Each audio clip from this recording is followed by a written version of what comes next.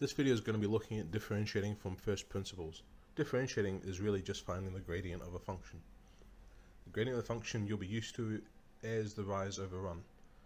We can take 2 points on this function here, 2x plus 1, x1, y1 and x2, y2, and use them to work out the rise, y2 minus y1, over the run, x2 minus x1. That is the horizontal and vertical distances.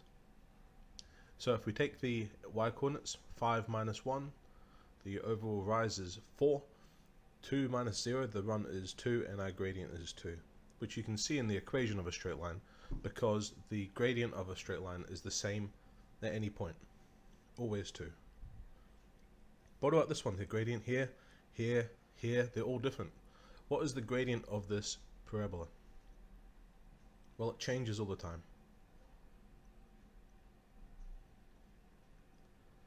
Any point on the parabola can be given as x and its y value, which is a function of x. So if we take 1 point and then we pick another point 1 square along, the second point could be written as x plus 1 and the function of x plus 1. We could use these to work out the rise over run, just like before, and that would give us the gradient of this dotted line. But as you can see, it's not quite the same as the straight line, as the parabola. Another thing we could do is try taking another point which isn't quite as far away. We move that green point closer and closer, and thus we say the distance between the 2 points, h, we'll call it h, will get smaller and smaller. So what will the gradient be when h becomes 0? So let's take 2 points and then we'll gradually move them closer and closer together. So our first point will be x and the function of x, which in this case is x squared plus 1. Our second point, the red point, will be a distance h further along. So the x coordinate will be x plus h and the function will be of x plus h instead. So we've got our 2 xy coordinate points. What is our rise over run? It's y2,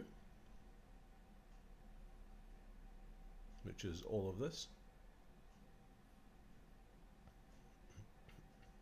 minus y1, which is all of this, divided by the run, which is the second x point, minus the first x point. There can be some cancelling done here, the 2 plus 1s and the 2x's on the bottom.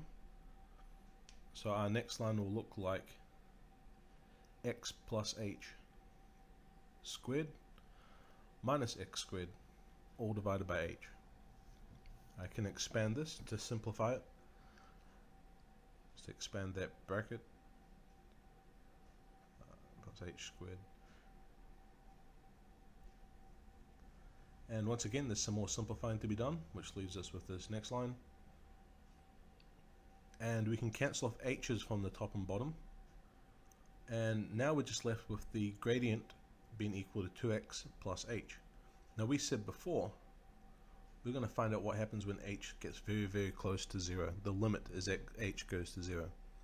That means as these points move closer and the distance h shrinks down until it's effectively 0. So that's the limit when h goes to 0. This term here becomes effectively a big old 0, so our gradient will just be 2x. Now this should look familiar because last year you probably would have done some differentiating of polynomials. If I asked you to differentiate the function y equals x squared plus 1, you'd have pulled the power up front and reduced the power by 1, leaving you with 2x, which is exactly the same. So we've done the same thing but from first principles.